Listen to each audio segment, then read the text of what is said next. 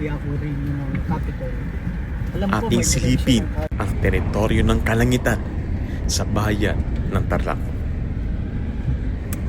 Sitio Kalangitan ang tawag sa lugar na ito sa Capas, Tarlac. Dating luntian, Malaparaiso, pero ngayon mapapansin na mistulan na sisira na. Mga buhangin, bato at mga truck ang makikita.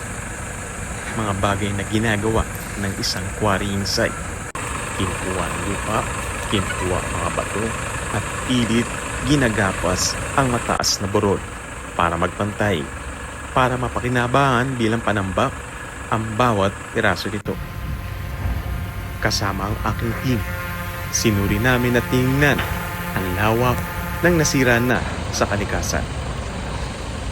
Sa pagsusuri ng DNR, napag-alaman na may isang quarrying site na legal ang operasyon dito sa lugar.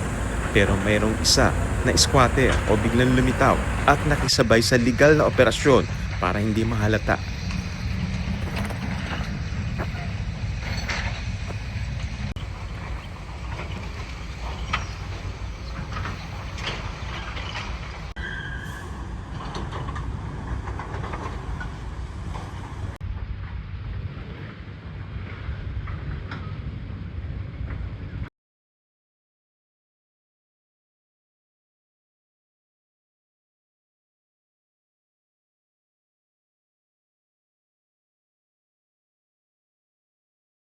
Dito sa aking likuran ay isang bundok na may legal na quarrying site kung saan humahakot ng bato at lupa. Habang dito sa kaliwa naman ay isang pribadong lupa na dati luntian. Ngayon ay nagmistulang disyerto matapos madamay at maging illegal quarrying site.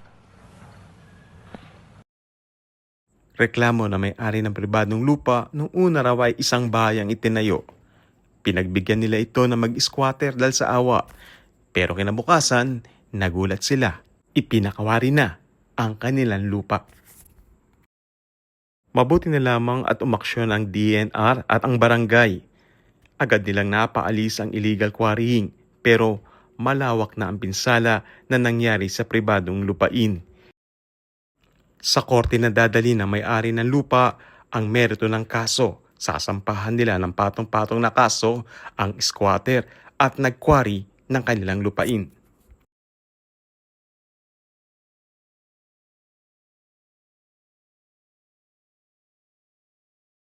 Hindi lamang sa Sitio Kalangitan ang ganitong sitwasyon. Marami ring lugar sa ating bansa ang nakakaranas ng illegal quarrying. Na kung minsan pa nga, may mga matataas na tungkulin sa gobyerno ang namumuno at nangunguna sa illegal quarrying, kasama na ang politiko at mga dayuhan.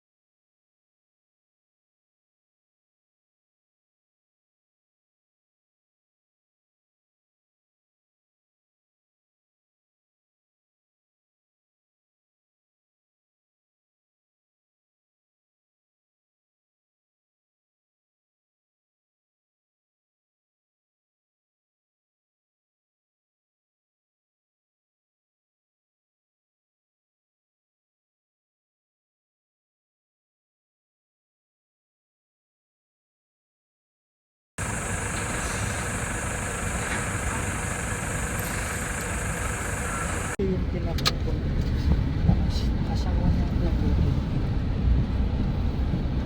Yan, dyan sila